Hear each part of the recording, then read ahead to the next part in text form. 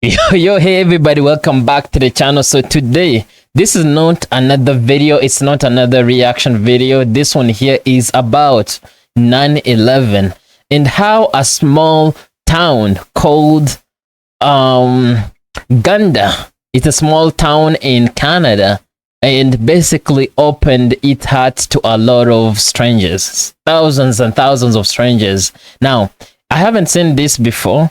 And quite to be honest, I'm a little bit kind of nervous because stuff like this really hits so different. Because this is not entertainment. This is a real human story right here. Now, before we begin, guys, I just want to let you know that I've actually made another reacting to 9/11 documentary. And if you want to see that, I'll actually leave the link to that down in the description.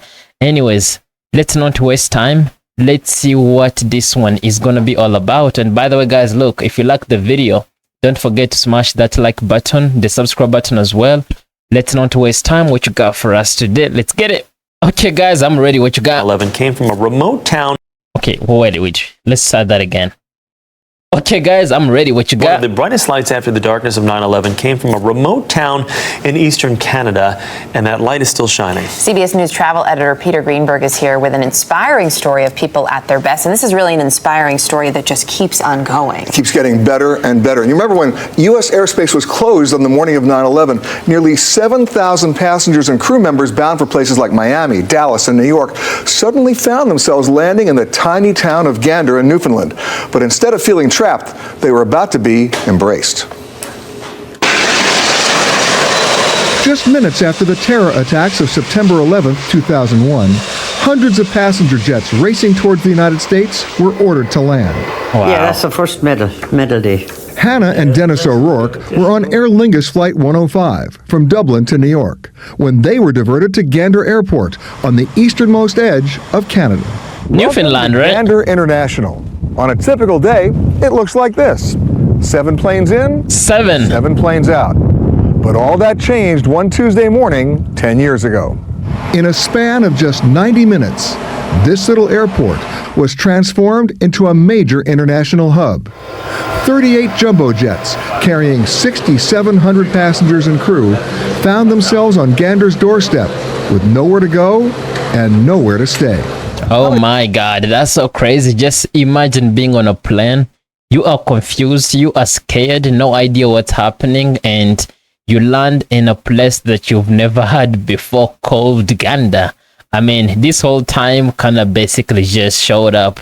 There is so much kindness here basically.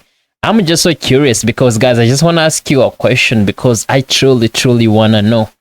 Like, where were you on 9/11? Where were you? Or should I say, if you were not born yet or didn't know, like, when did you first hear the story? Because I feel like this is something that always stays with you, you know? This is something that always stays with you for sure.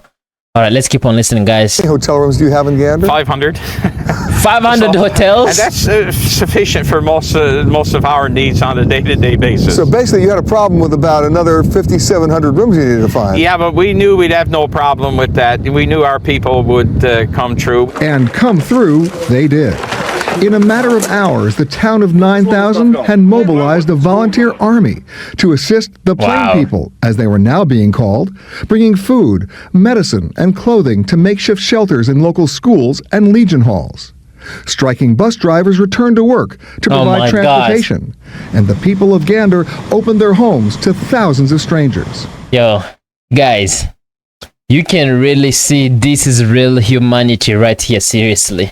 People cooking meals, opening their homes, basically comforting the strangers. That is so crazy. This is how the world should seriously be.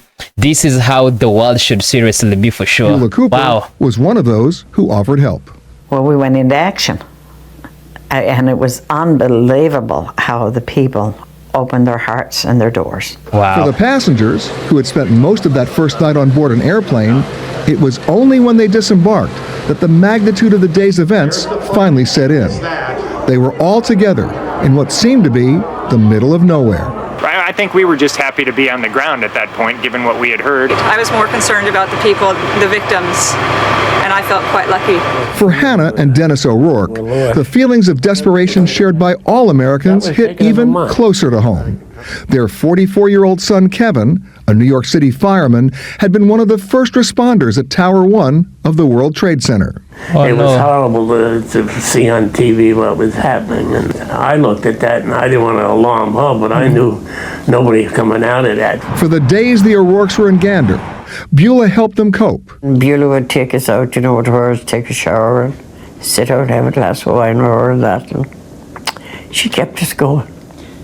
She kept us going, In the years following their ordeal, the Plain people have found ways to thank the people of Gander, setting up scholarships for local schools, and even arranging for a piece of the World Trade Center to be brought to Gander as part of the town's memorial. When they left with a new sense of hope, they left with a new sense of pride, and they went away saying that there's still good people left in our world. 2 weeks later, the O'Rourke's worst fears were confirmed. Their son Kevin was one of the nearly 3,000 people killed in New York on 9/11. But 10 years after his untimely death, they credit the generosity of Gander for helping them get through one of their darkest moments. The more that I actually think about it, honestly, this story here, it really shows that good action just never disappoints. I mean, years later, and I feel like this is gonna keep on happening, people still remember Gander because of what they did. People seriously open, like he said, our population 500 hotels, people opening up their houses to strangers, basically comforting them through what's happening. I mean, this alone seriously says it all, and I just wish this is how the world was. If this is how the world was, honestly, I feel like we'd all be unstoppable pretty much, for a better lack of word, but let's keep on listening. Bonded for the rest of our lives, Wow. And God bless the people of Gander. They're fantastic. Unbelievable. And today, the city of Gander will be honored at an awards ceremony in Washington for its role on 9/11. And through the weekend, Gander is actually holding a reunion for all of those passengers who were stranded in that city. And the cool thing about this is that this time, the folks who are returning are not returning because they have to. They're coming back because they want to. Because they want why to. that incredible connection they all established. Great story. Peter, thanks. You got it. That's a great story for sure. Okay, guys, this was actually really powerful. I would say not just a reaction. This just kind of felt like, for me, it really felt, it's kind of a reminder what us human are really capable of, for sure. A lot of us lived through that day. Some of you probably lost family or friends, but so, it's like you listen to this specifically on how everybody was able to help. I think about it, I'm just like, wow, only if this kindness, if the world was like this, would basically be unstoppable. Your friends, I very much enjoyed the video. I really hope you guys enjoyed watching it as well. If you did, please don't forget to smash that like button, the subscribe button as well, and it was with the realest. I'll see you guys on the next one. Peace out. Let's go.